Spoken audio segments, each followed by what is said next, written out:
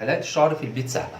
لو مشيت على ال5 خطوات اللي هتشوفهم دلوقتي هتوصل للنتيجه اللي انت عايزها، ومحدش هيصدق ان انت اللي حالق شعرك بنفسك.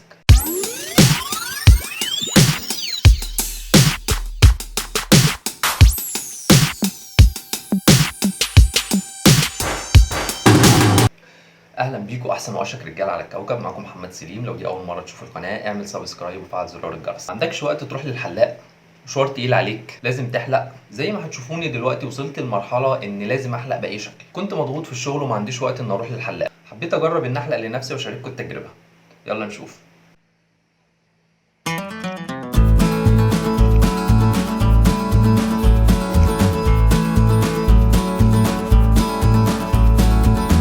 طبعا زي ما انتم شايفين المنظر مش محتاج وصف.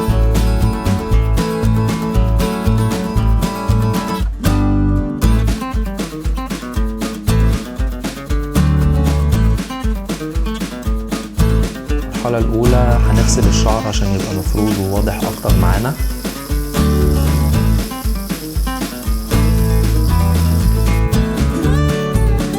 هننشف الشعر كويس عشان ما يبقاش فيه مشكلة مع المكنة. قسم شعرك بالشكل ده عشان وانت بتحلق تتحكم في طول شعرك والقصة اللي انت عايزها.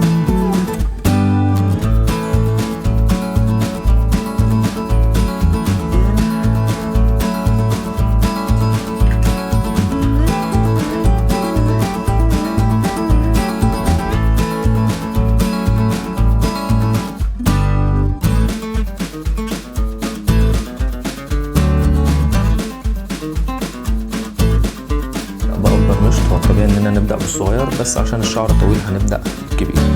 المكنة فيها درجتين 0 ونص، فاحنا هنعملها على النص عشان ازود طول مع المشط. هنمسك المكنة بالشكل ده علشان ما تبقاش متعبة. اهم حاجة ان انا ما اقفش بالمكنة على شعري علشان ما اعملش تحديد او فرق، عشان تدريج الشعر يبقى اسهل.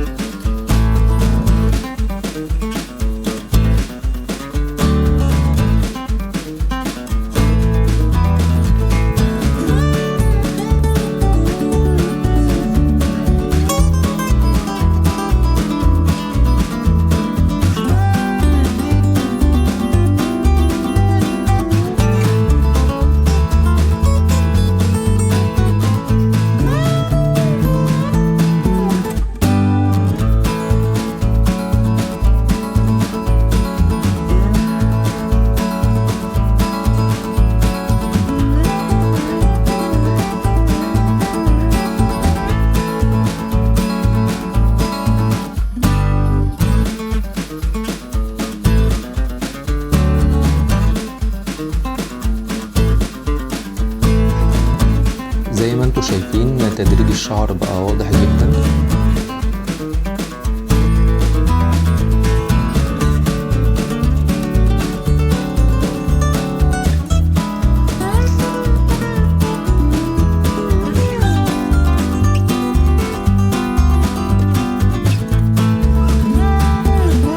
بتحكم في طول شعري والقصة اللي انا عايزها